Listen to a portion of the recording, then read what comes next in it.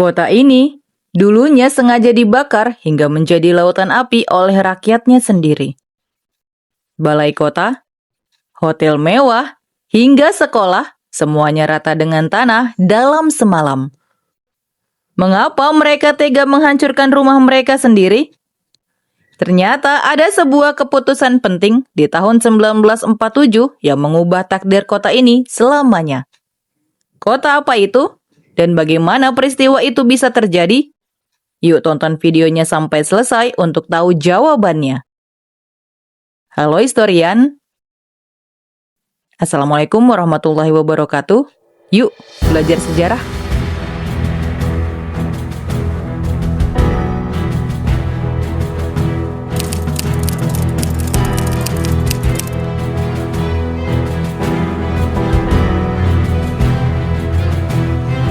Sebelum masuk masa kolonial, kita perlu memahami dulu asal-usul nama Malang. Salah satu sumber tertua berasal dari prasasti Dinoyo, tahun 760 Masehi, yang dibuat pada masa Raja Gajayana dari Kerajaan Kanjuruhan. Dalam prasasti ini disebutkan nama Malangkucecwara, yang diyakini sebagai cikal bakal nama Malang. Seiring waktu, penyebutan nama ini disederhanakan menjadi Malang. Malangkucecwara sejatinya merupakan nama lengkap Kota Malang. Arti Malangkucecwara adalah Tuhan yang akan membantu kita menaklukkan yang batil. Selain itu, ada juga pendapat lain yang menyebutkan bahwa kata Malang berasal dari bahasa Jawa, yang berarti melintang atau menentang.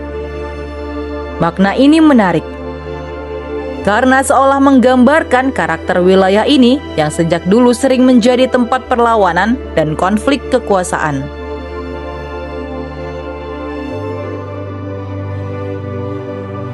Perubahan nama Malang juga tidak lepas dari kisah konflik pada masa Sultan Agung, yang berkuasa antara tahun 1613 hingga 1645. Dalam upayanya menaklukkan seluruh Pulau Jawa, dia mengincar Surabaya sebagai pusat kekuatan di Jawa Timur.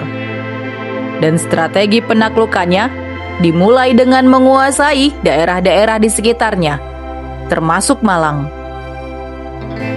Untuk itu, dia mengirim sekitar 300 pasukan yang dipimpin oleh Tumenggung Alap-Alap melalui jalur Ngantang. Namun perjalanan mereka tidak mudah. Saat hendak memasuki wilayah Malang, pasukan ini terhambat oleh ribuan pohon tumbang yang menutup jalur masuk, seolah-olah alam sendiri yang menjadi penghalang. Setelah berhasil melewati rintangan tersebut, mereka kembali menghadapi perlawanan sengit dari pasukan lokal yang dipimpin oleh Bupati Malang, Ronggo Sukmo. Meski jumlahnya sedikit, pasukan Malang mampu mempertahankan wilayahnya dan memukul mundur pasukan Mataram. Peristiwa inilah yang kemudian diyakini menjadi asal-usul nama Malang, yang berarti menghalang atau menghadang. Sebuah simbol perlawanan yang tertanam sejak awal dalam sejarah kota ini. Pada masa awal, wilayah Malang merupakan bagian penting dari Kerajaan Kanjuruhan pada abad ke-8 Masehi. Kerajaan ini dikenal sebagai salah satu pusat pemerintahan dan kebudayaan di Jawa Timur. Namun memasuki abad ke-13, wilayah ini berada di bawah kekuasaan Kerajaan Singosari yang didirikan oleh Ken Arok pada tahun 1222. Disinilah konflik besar mulai terjadi. Kisah perebutan kekuasaan antara Ken Arok dan Tunggul Ametung hingga intrik berdarah di dalam istana menjadikan wilayah ini sebagai pusat pergolakan politik. Puncaknya terjadi pada tahun 1292, ketika Jaya Katuang memberontak dan berhasil menjatuhkan Raja Kertanegara. Peristiwa ini mengguncang kekuasaan Singosari dan menjadikan wilayah Malang kembali menjadi ajang perebutan kekuasaan. Setelah runtuhnya Singosari, wilayah Malang masuk ke dalam kekuasaan Kerajaan Majapahit yang didirikan oleh Raden Wijaya pada tahun 1293. Pada masa ini, Malang menjadi bagian penting dalam jaringan ekonomi dan pertahanan kerajaan. Namun, setelah Majapahit melemah pada abad ke-15, wilayah ini kembali mengalami ketidakstabilan. Kekuasaan berganti-ganti hingga akhirnya berada di bawah pengaruh Kesultanan Mataram pada abad ke-17. Konflik kembali muncul, terutama saat pemberontakan Trunojoyo pada tahun 1677 yang mengguncang kekuasaan Mataram di Jawa Timur, termasuk wilayah Malang. Memasuki masa kolonial, konflik justru semakin kompleks. Awalnya, Malang hanyalah wilayah pedalaman di bawah Karesidenan Pasuruan. Namun pada 1 April 1914, pemerintah kolonial Belanda menetapkan Malang sebagai Gemeente atau kota madya. Keputusan ini menjadi titik awal perubahan besar. Kota ini mulai dirancang secara modern oleh arsitek Belanda, Insinyur Herman Thomas Karsten, yang pada tahun 1917 mengembangkan tata kota melalui konsep Bouwplein dengan pendekatan Garden City. Sekilas terlihat indah, tapi di balik itu terdapat konflik sosial yang nyata. Kota Malang dibangun dengan sistem pemisahan ruang. Kawasan elit diperuntukkan bagi orang Eropa, sementara masyarakat pribumi dan kelompok lain ditempatkan di wilayah terpisah, seperti kawasan pecinan dan pemukiman Arab. Ini menunjukkan adanya ketimpangan sosial yang disengaja dalam tata kota kolonial.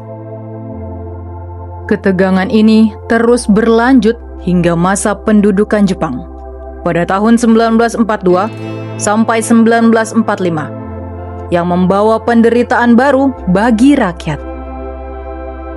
Namun puncak konflik terjadi setelah Indonesia merdeka pada tahun 1945.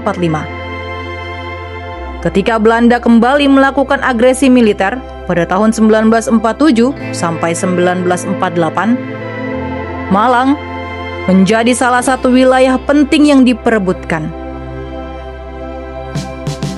Pada 21 Juli 1947, Belanda mulai menyerang dan menduduki wilayah Lawang sebagai pintu masuk menuju Malang, yang saat itu dianggap sangat strategis karena berfungsi sebagai kota militer sekaligus basis pertahanan TNI dan penyimpanan senjata sisa Jepang.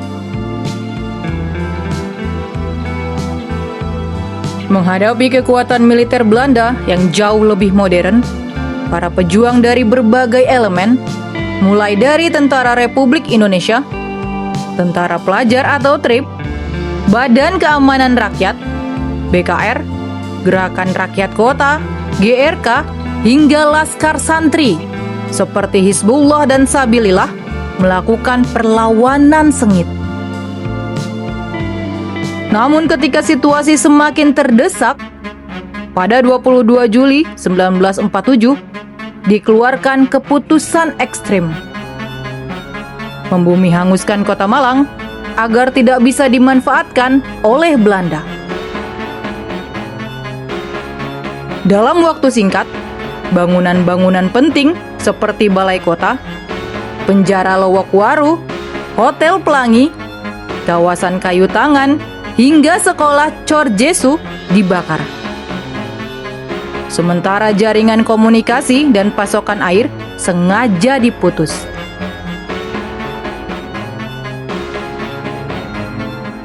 rakyat lebih memilih kota mereka menjadi abu daripada jatuh utuh ke tangan penjajah.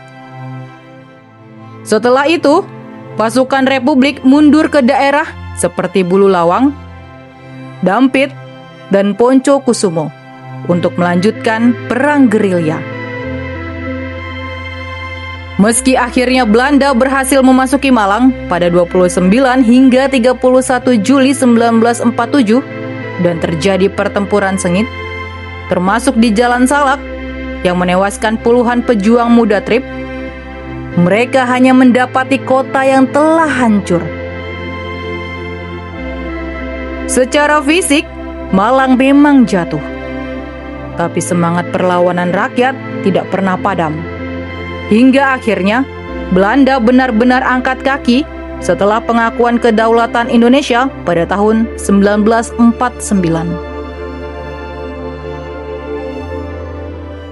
Itu tadi sejarah panjang dari Malang. Dari asal-usul namanya hingga perjalanan sejarahnya, Malang bukan sekadar kota biasa. Dia adalah ruang yang sejak dulu dipenuhi konflik, perlawanan, dan perubahan.